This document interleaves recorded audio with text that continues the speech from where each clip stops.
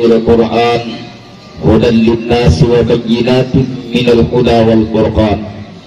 أشهد أن لا إله إلا الله وحده لا شريك له، له الملك العظيم الأكبر، وأشهد أن محمدا عبده ورسوله الشافع في المحشر.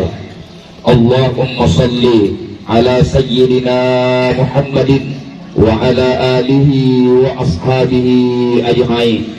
ويا أيها الناس اتقوا الله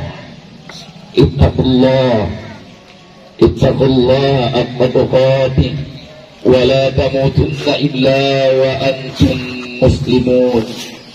فقد قال الله سبحانه وتعالى في القرآن العظيم: أعوذ بالله السميع العليم من الشيطان الرجيم. بسم الله الرحمن الرحيم. ولتكملوا العدة ولتكبروا الله على ما هداكم ولعلكم تشكرون. Dialah Allah Subhanahu wa Ta'ala yang menciptakan dua kehidupan untuk kita, kehidupan di dunia yang sementara dan kehidupan di akhirat untuk selama-lamanya. Dialah Allah Subhanahu wa Ta'ala yang telah memberikan hidayah kepada kita, sehingga dengan hidayah ini kita dapat menjalankan perintah Allah Subhanahu wa Ta'ala. Tanpa hidayah dari Allah Subhanahu wa Ta'ala, kita tidak bisa melakukan sekecil apapun daripada kebaikan. Tanpa hidayah dari Allah Subhanahu wa Ta'ala, kita tidak dapat melakukan daripada perintah Allah Subhanahu wa Ta'ala. Makanya setiap saat kita sering berdoa kepada Allah Subhanahu wa Ta'ala, Allahumma hadina wa hadina waj'alni sababa liman ihtada. Ya Allah, berikanlah hidayah kepada kami, kekalkanlah hidayah yang ada pada diri kami, dan jadikanlah kami menjadi asbab hidayah kepada orang-orang yang akan Engkau berikan hidayah. Semoga Allah Subhanahu wa Ta'ala senantiasa berikan hidayah kepada kita dan kekalkan hidayah yang ada di dalam diri kita, sehingga kita bisa mentaati perintah Allah Subhanahu wa Ta'ala sampai akhir ayat kita. Yang kedua, mari kita senantiasa kirimkan salam dan salawat kepada junjungan Nabi besar Nabi Muhammad sallallahu alaihi wasallam, Nabi yang senantiasa memperlihatkan kepada kita contoh jalan-jalan keselamatan, jalan-jalan yang diridai oleh Allah Subhanahu wa Ta'ala. Semua yang diperintahkan oleh Nabi, semua yang dibawa oleh Nabi, semua yang dicontohkan oleh Nabi sallallahu alaihi wasallam adalah jalan untuk mendapatkan rahmat dan kasih sayang Allah Subhanahu wa Ta'ala.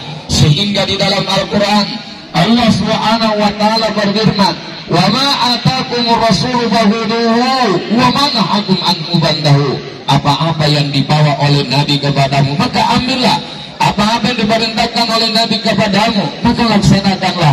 Wa ma nahakum anhu fantahu, dan apa-apa yang dilarang oleh Nabi maka segeralah meninggalkannya.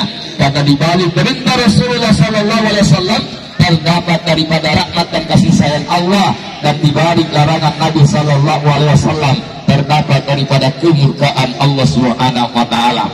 Di dalam ayat yang lain Allah Subhanahu wa Ta'ala berfirman, "Qul in kuntum tuhibbunallah fattabi'uni yuhibbukumullah wallahu ghafurur rahim." Katakanlah Muhammad, jikalau kamu ingin dicintai oleh Allah, ikutilah aku, ikutilah saya, ikuti Rasulullah sallallahu alaihi wasallam. Yuhibbukumullah, niscaya Allah akan mencintaimu, wa yaghfir lakum dzunubakum, dan mengampuni dosa-dosamu. Wallahu ghafurur rahim, dan Allah Maha Pengampun lagi Maha Penyayang. Bapak-bapak hadirin jemaah Idul Fitri yang insyaallah sama-sama dirahmati oleh Allah Subhanahu wa Ta'ala. Sejak tadi malam hadirin, orang-orang kaum muslimin membesarkan Allah Subhanahu wa Ta'ala dengan bertakbir, dan ini adalah perintah Allah Subhanahu wa Ta'ala. Walitukmilul iddata walitukabbirullaha ala ma hadakum wa la'allakum tashkurun. Dan setelah kita menyempurnakan hari-hari kita, menyempurnakan daripada bilangan puasa kita, maka hendaklah kita bertakbir, ya, kita bertakbir membesarkan Allah Subhanahu wa Ta'ala. Bermakna hadirin, ucapan takbir ini bukan hanya sekedar bagaimana kita mengumandangkan takbir dengan lisan dan mulut kita, tetapi lebih daripada itu kita hadirkan di dalam hati kita akan keagungan dan kebesaran Allah yang telah memberikan kemenangan untuk kita. Bapak-bapak hadirin jemaah Idul Fitri yang insya Allah sama-sama dirahmati oleh Allah Subhanahu wa Ta'ala. Pada hari ini adalah 1 Syawal. Ini bermakna hadirin telah diharamkan bagi kita untuk berpuasa. Ini juga adalah sebuah makna seolah-olah ada pesan setelah kita meninggalkan dalam bulan Ramadan ini. Ketika kita sebulan penuh kurang lebih, bagaimana kita berjuang dengan sungguh-sungguh, bagaimana kita berusaha untuk memaksimalkan ibadah kita kepada Allah, sehingga meningkatkan ibadah kita kepada Allah Subhanahu wa Ta'ala, sehingga kita menjadi orang yang aidin, orang yang kembali kepada Allah Subhanahu wa Ta'ala. Dalam sebuah riwayat hadirin bahwa Nabi Shallallahu Alaihi Wasallam pernah bercerita kepada para sahabat, wahai sahabatku, bagaimana pendapatmu jika seorang yang pergi dalam sebuah perjalanan membawa harta-hartanya, ketika satu tempat dia istirahat dan tertidur, begitu dia terbangun ternyata kendaraan dan seluruh hartanya yang hilang. Bagaimana perasaan daripada orang yang memiliki harta benda yang hilang? Sahabat bertanya, tentu mereka akan sedih, tentu mereka akan menangis. Rasulullah Sallallahu Alaihi Wasallam katakan, ketahuilah ketika seorang muslim ini jauh dari Allah Subhanahu wa Ta'ala, maka Allah Subhanahu wa Ta'ala akan bersedih. Allah Subhanahu wa Ta'ala bersedih manakala seorang ini jauh dari Allah Subhanahu. Dalam bulan Ramadan yang lalu kita membawa diri kita kepada Allah dengan amalia-amalia, mengakui daripada kesalahan kita kepada Allah, lalu berdoa, ya Allah, ampunilah dosa-dosaku, dosa kedua mata, dosa kedua telinga, dosa kedua tangan, dosa kaki, lidah, hati dan pikiran kami. Kita akui di hadapan Allah Subhanahu wa Ta'ala. Allah Subhanahu wa Ta'ala sangat bergembira. Jemaah Idul Fitri yang insyaallah sama-sama dirahmati oleh Allah Subhanahu wa Ta'ala. Ini juga bermakna hadirin, seolah-olah Ramadan ini berpesan kepada kita bahwa ketaatan yang kita buat di dalam bulan Ramadan hendaknya kita bawa di luar bulan Ramadan dalam kehidupan kita sehari-hari. Jangan berhenti berpuasa walaupun Ramadan telah berlalu. Jangan berhenti melakukan salat lail walaupun Ramadan telah berlalu. Jangan berhenti memakmurkan masjid, salat berjamaah walaupun Ramadan telah berlalu. Jangan berhenti bertilawah Al-Quran walaupun Ramadan telah berlalu. Jangan berhenti berbuat ketaatan walaupun Ramadan telah berlalu. Ada pesannya orang tua kita, jangan katanya seperti bebek. Jangan seperti bebek. Bebek ini kalau dia mandi di comberan, setelah dia mandi di comberan, dia naik kemudian membersihkan bulu-bulunya sebersih-bersihnya. Tapi setelah bersih bulunya, dia kembali berlumuran dengan comberan. Alim ulama kita katakan, jangan kita seperti itu. Setelah Allah Subhanahu wa Ta'ala maafkan, setelah Allah ampuni dosa-dosa kita di dalam bulan Ramadan ini, maka jangan lagi kita kembali berbuat daripada dosa-dosa yang. Mari kita sama-sama berdoa, semoga Allah Subhanahu wa Ta'ala senantiasa pandang kita dengan pandangan rahmat dan kasih sayang. Allah Subhanahu wa Ta'ala berikan kemudahan pada kita untuk mentaati perintah-perintah Allah Subhanahu wa Ta'ala. A'udzubillahi minasyaitonirrajim. Bismillahirrahmanirrahim. Ya awwalul awwalin, ya akhirul akhirin, ya dzal quwwatil matin, ya dzal jalali wal ikram, ya hayyu ya qayyum, ya rahiman masakin. La ilaha illallahul alimul karim, la ilaha illallah subhana rabbil arsyil azim, la ilaha illallah alhamdulillahi rabbil alamin.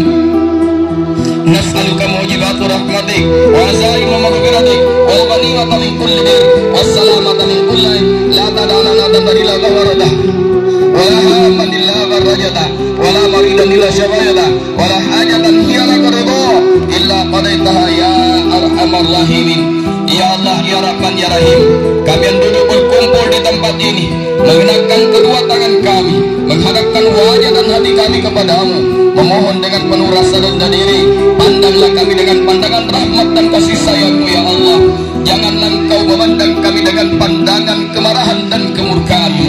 Ya Allah, ampunilah dosa-dosa kami ya Allah, ampunilah dosa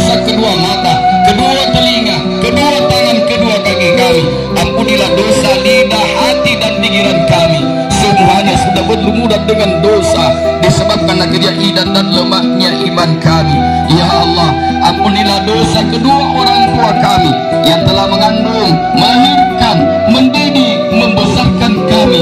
Tapi setelah kami pandai berbicara, kami banyak menyakiti hati kedua orang tua kami.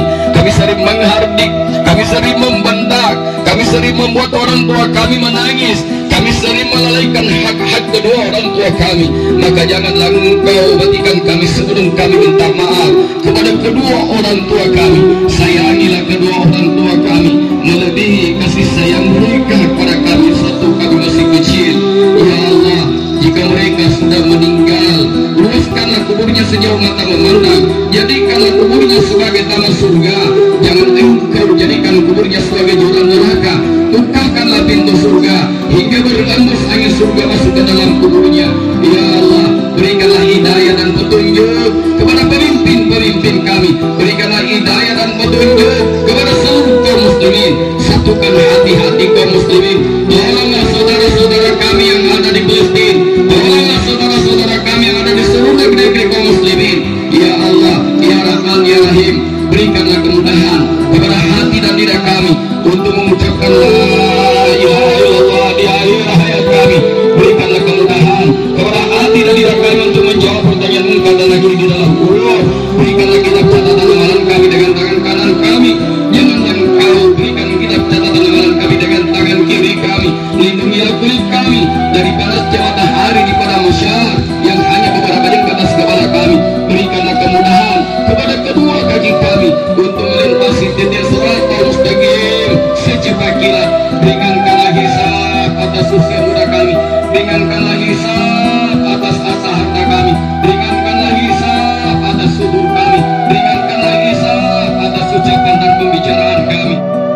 Sallallahu alaihi wasallam, kepadamu yang kami berharap, kepadamu yang kami minta pertolongan. Rabbana atina fid dunya hasanah wa fil akhirati hasanah wa qina adzabannar. Subhana rabbika rabbil izzati amma yasifun wa salamun alal mursalin walhamdulillahi rabbil alamin. Segala perhatian, mohon maaf atas segala kekurangan. Waffaqanallahu wa iyyakum ila tariqil khair. Wassalamualaikum warahmatullahi wabarakatuh.